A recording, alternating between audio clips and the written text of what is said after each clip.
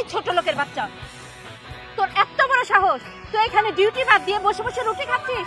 Madam দেখুন, আমার না খুব খিদে লাগছে, খিদার জন্য আমি রুটিটা খাইছি, তারপরে গেটটা তো খোলা আছে ম্যাডাম। আরে দারোয়ানের বাচ্চা দারোয়ান, আমরাই যদি নিজে হাতে দিয়ে গেটটা খুলে ঢুকি তাহলে তোকে এখানে কেন রেখেছি টাকা দিয়ে?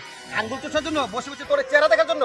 স্যার আমি সামান্যভাবে খিদে খাই, আমি তো শুধু ওই সামান্য রুটি টুকি খাইছি, তাছাড়া তো আর কিছু খাই নাই। শোন, আমাদের অফিসের স্টাফরা এখন যাবে আসবে, আর এখন তুই বসে বসে নাস্তা করছিস, তোর চাকরি আমি খেয়ে দেবো বলছিস। তুই গেট খুলে দিবি আর আমরা ভিতরে যাব, তা না করে তুই ভাবছিস যে আমরা নিজেরা গেট খুলে তারপর ভিতরে যাব? এই তোকে কি আমরা মাগনা এখানে রেখেছি নাকি? টাকা দেওয়া হয় তোকে টাকা। আর শোন, নেক্সট টাইম যদি তোকে এটা দেখি না যে ডিউটি করা অবস্থায় তুই বসে বসে রুটি খাচ্ছিস, সেই দিন আর তোর চাকরি করতে হবে না, তোর চাকরিটাই না একদম খেয়ে দিব, তারপর বাড়িতে গিয়ে আরামসে বসে বসে রুটি খাস। ঠিক আছে, ভিতরে চলো।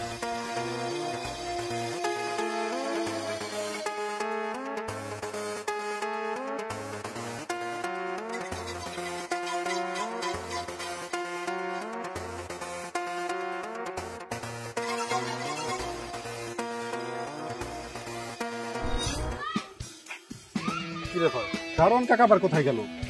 গেটও দেখছি খোলা। রবিন কাকা, রবিন কাকা কোথায় গিয়েছিলেন আপনি? স্যার একটু পানি খেতে গেছিলাম। ও আচ্ছা, ঠিক আছে, ঠিক মতো ডিউটি করেন।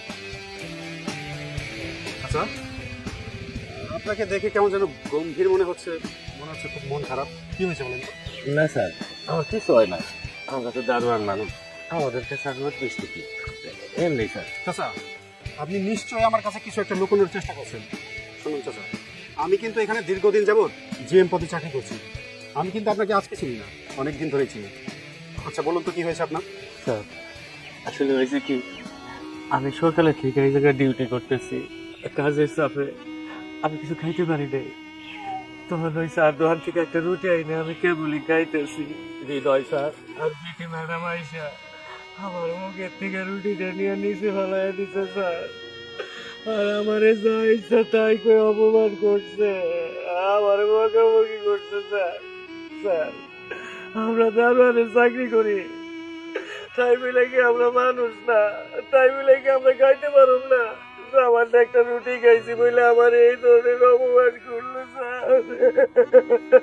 ঠিক আছে, আপনি কান্নাকাটি করবেন না, আপনি এখানে বসেন, আমি দেখছি বিষয়টা।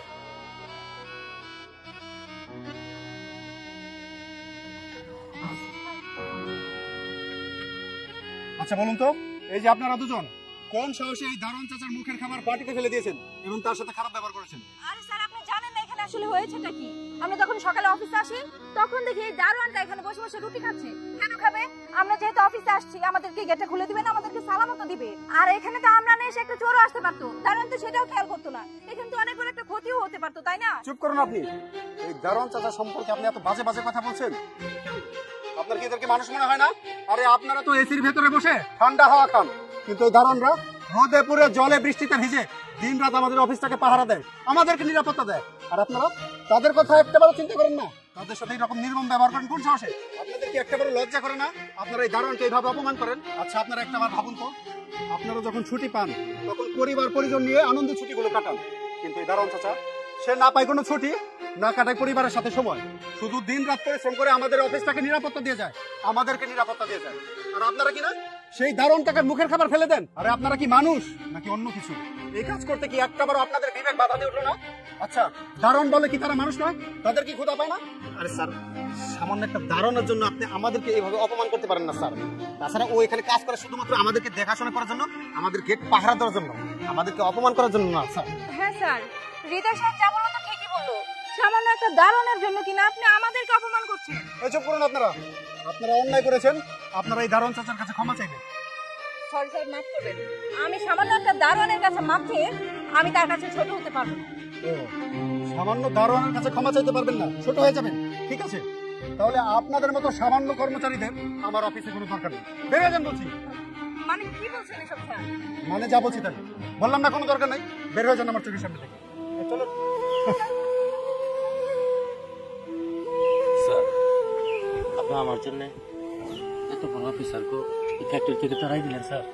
সমস্যা নেই চাচা, আসলে দুষ্ট করার চাইতে শূন্য গোয়াল অনেক ভালো, আপনি ডিউটি করুন।